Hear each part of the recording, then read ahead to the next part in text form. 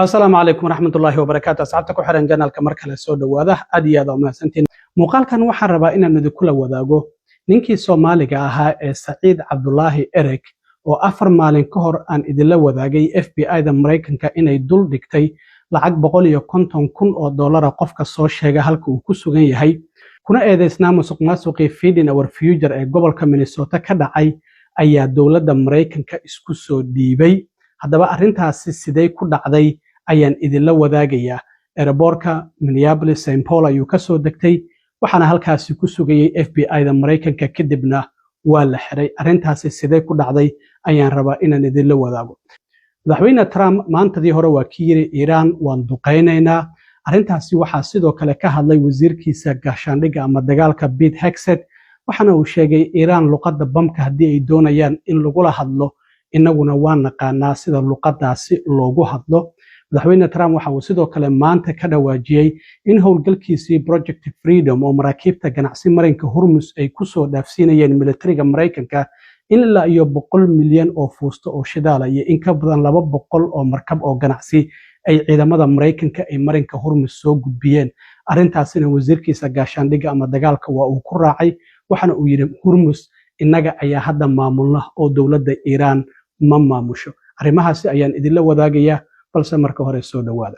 4 maalmood ka hor waxaan idinla wadaagay nin Soomaali ah oo magaciisa la yiraahdo Saciid Cabdullaahi Erik taasi oo FBI-da Mareykanka ay ku dartay liis 8 qof oo musuqmaasuq ku eedeysan oo wadanka Mareykanka baxsad ka ah. Liiskaasi oo ah nuuciisa kii ugu horeeyay oo la soo saaro ayaa waxaa la duldhigay dadkaasi lacaga kala duwan waxayna ku eedeysnaayeen inay xadeen lacaga kala duwan oo malaayiin ilaa iyo balaayiin u dhaxeeya. Marka waxaa ka mid ahaa nin Soomaali ah oo lagu magacaabo Saciid Cabdullaahi Erik oo kiiskii Feeding Our Future ee ka dhacay gobolka Minnesota xilligii coronaviruska loogu talagalay cunto in la siiyo carruurta laakiin lacagtaasi la musuqmaasuqay ayuu ku eedeysnaa. Haddaba qamiistii la soo dhaafay ayaa FBI-da liiskaasi ay soo saartay. Xeraalyaha dowladda federaalka u qaabilsan gobolka Minnesota Daniel Rosen ayaa haddaba galabta shir jaraa'id qabtay. Waxa uu sheegay Daniel Rosen in qamiistii markii liiskaasi FBI-du ay soo saartay dadkan la doonayo Saciid Cabdullaahi Erigna madaxiisa la duldhigay lacag $150,000 qofkii soo sheega halka uu ku sugan yahay in maalintii ku xigtayba uu Saciid Cabdullaahi Erik uu la soo xiriiray FBI-da Mareykanka. Kolley markaasi Makiyu ku sugnaa mase Soomaaliya ku sugnaa ma uusan sheegin laakiin wuxuu yiri ka soo bixitaankiisii uu ka soo baxay Kenya ilaa iyo magaalada London ee caasimadda Ingiriiska oo transit uu ku ahaa iyo ilaa iyo uu ka soo degtay airportka St. Paul Minneapolis ka wada dhaxeeya magaalooyinka mataanaha halkaasi oo FBI-du ay ku sugaysay waa la soconay safarkiisa ayuu yiri.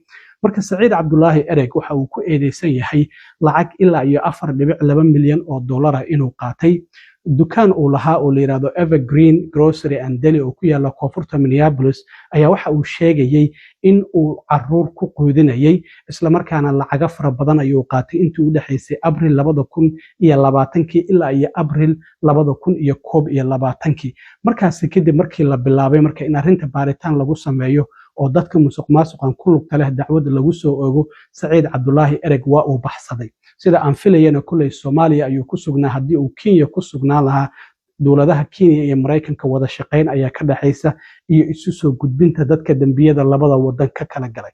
Marka waxa uu Daniel Rosen uu sheegay in isaga kaligii arrintan uusan sameeynin xaaskiisa Najma Axmedna ay kula jirtay. Najma Axmed waxay dambigeeda qiratay bishii February ee sanadkii 2025 isniinta ayaa la doonayaa soo socotay in xaaskiisa la xukumo kulay qofku hadduu dambigiisa qirtana waa laga qafifiyaa xukunka kulay waan arki doonaa xukunkeedu inta uu noqdo.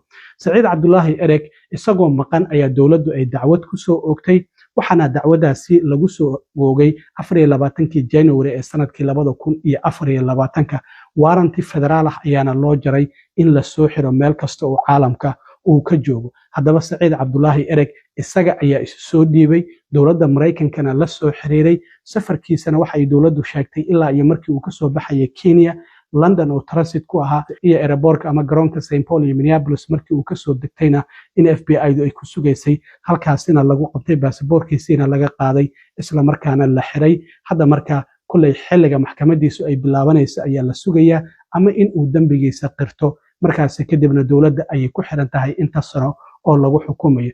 haddaba waa kan xeerlaaliyaha dowladda federaalka u qaabilsan gobolka Minnesota Daniel Rosen oo galabta shir jaraa'id oo degdeg ah qabtay markii ay Saciid Cabdulaahi Ereg airportka uu ka soo degay oo la qabtay oo la xiray kadib ayuu shirka jaraa'id qabtay sidan ayuuna u faahfaahiyay sida isu soo dhiibista Saciid Cabdulaahi Ereg ay u dhacday.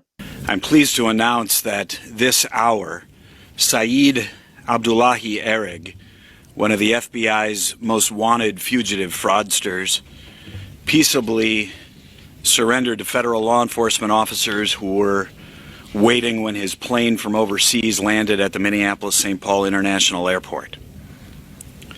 Last Thursday, Vice President Vance announced that Mr. Ereg was one of the most wanted, and the following day, Mr. Ereg communicated his intention to return to the United States. FBI and HSI facilitated his travel from Kenya via London to Minneapolis.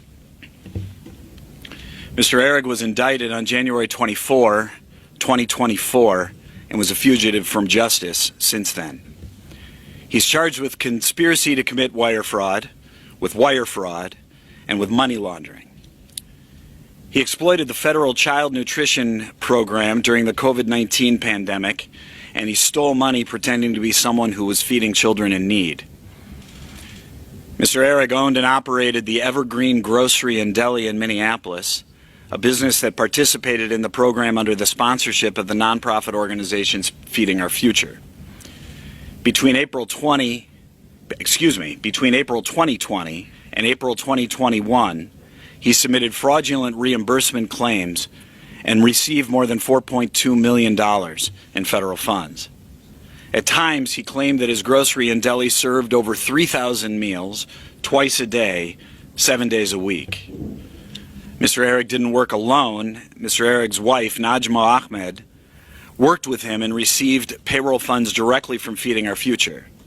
Ms. Ahmed pleaded guilty to 1 count of money laundering on February 24, 2025, and is scheduled to be sentenced here next week. dhinaca kale madaxweyne Trump waxaan ognahay maantadii hore mar uu aqalka xajir jaraa'id ku qabanayo inuu sheegay in Iran ay dib u bilaabayaan duqeymihii ciidamada Mareykanka ay ku hayeen. haddaba wasiirka gaashaandhigga ama dagaalka Pete Hegseth ayaa isaguna shir jaraa'id waxa uu ku horqabtay xarunta saldhigga dhexe ee Mareykanku uu ku leeyahay magaalada Tampa ee gobolka Florida. waxaana uu sheegay caawa Iran si adag inay u duqeyn doonaan. hadda magaalada Tehran waxa la leeyahay difaaca cirka ayaa la howlgeliyay, qaraxyo ayaana la maqlaya. marka lama oga meelaha la duqeynaya, laakiin dowladda Mareykanku sida Trump hadalkiisa laga dhadhansanayay markan waxa ay doonayaan inay duqeeyaan goobaha biyaha, korontada iyo sidoo kale buundooyinka. arrintaasi oo dambiye dagaal ah in goobaha kaabayaasha dhaqaalaha ee waddan kale aad duqeyso, arrintaasi waa dambiye dagaal. laakiin sida muuqata maadaama Iran hadda la xanuujin waayo waxa la doonayaa in goobahaasi laga xanuujiyo. wasiirka dagaalka ama gaashaandhigga ee Mareykanka Pete Hegseth waxa uu yiri Iran haddii ay doonayso luqadda bamamka inaan ku wada hadalno si fiican ayaan u garanaynaa in lagu hadlo. haddaba waa kan wasiirka dagaalka Pete Hegseth oo xarunta saldhigga dhexe Mareykanka uu ku leeyahay magaalada Tampa ee gobolka Florida horteeda kula hadlayay wariyaasha. If we need to negotiate with bombs, we'll negotiate with bombs, and we're very good at it. Nobody better in the world. Central Command will be busy tonight because President Trump said we will be hitting Iran hard, and we will be. Because Iran has a chance to make a good deal, a great deal, to codify what they said they've been willing to do, and they haven't been willing to do it. So, as President Trump said, they've been tapping. You can see when someone's trying to tap on a deal.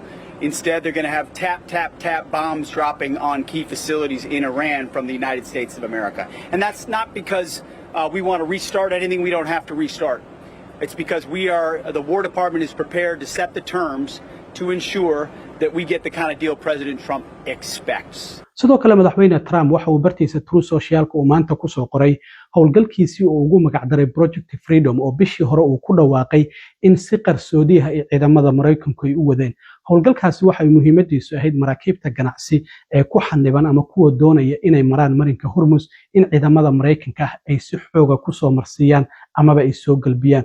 Trump waxa uu sheegay ciidamada Mareykanku howlgalkaasi si qarsoodi ah inay u wadeen, waxayna soo gudbiyeen in ka badan 200 oo markab oo ganacsi oo siday shidaal gaaraya 100 milyan oo fuusto oo shidaal ah waxana uu sheegay arrintaasi inay tahay arrin muhiima haddaba wasiirka gaashaandhigga ama dagaalka ee Mareykanka Pete Hegseth oo shirkiisa jaraa'id galabta markii uu qabanayay arrintaasina ka hadlay ayuu yiri madaxweyne Trump maanta arrinta uu ka dhawaajiyay oo warbaahinta inta badan aysan ka warqabin laakiin ciidamada Mareykanku ay ka warqabeen ayaa waxa ay tahay uu yiri in howlgalkaasi Project Freedom uu si qarsoodi ah u socday ciidamada Mareykanka ee jooga marinka Hormuz agagaarkiisa ee go'doominta ku haya Iran ay si qarsoodi ah maraakiibta ganacsiga ee shidaalka sida iyo kuwa waliba badeecadaha kale sida inay si qarsoodi ah ay ku soo marsiinayeen marinka Hormuz marka wuxuu yiri yaa maamula marka hadda marka la eego marinka Hormuz inaga ayaa maamulna ayuu yiri oo dawladda Iran maba maamusho waan arki doonaa dawladda Iran haddaba arrimahaasi waxay ka tiraado waxana uu sheegay in ciidamadoodii badda